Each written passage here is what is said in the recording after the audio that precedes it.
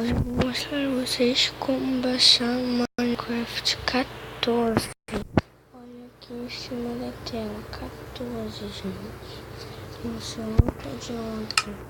Mano, essa versão, vou falar pra vocês, é muito maneira. Só que a gente tem aquele bug, né? Eu vou criar um mundo aqui no Criativo pra mostrar a vocês. Aí, agora tem ejetor, liberador. Aprendi a fazer. Como é que se fala? Aprendi a fazer. Ai, gente, esqueci. Aprendi a fazer metralhadora e pula-pula. Vou deixar aí um like dos vídeos para vocês baixar esse Minecraft e também como fala, deixa eu pensar aqui, né? Para baixar esse Minecraft e para vocês fazer o vídeo, para verem o vídeo do caraca, que terra é essa? É da metralhadora, gente. Eu vou tentar maneira essa terra, nunca tinha visto antes no mapa meu.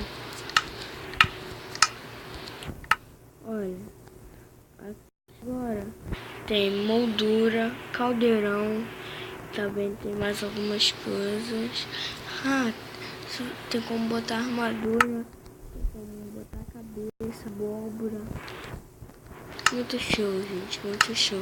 Tem como mexer no baú, muito maneiro. Aí tem esses carrinhos, o baú com funil e com a dinamite. E o carrinho normal, né, que sempre tinha. Olha, a bruxa. Aí tem repetidor de redstone, comparador de redstone. Hoje tudo falou, né?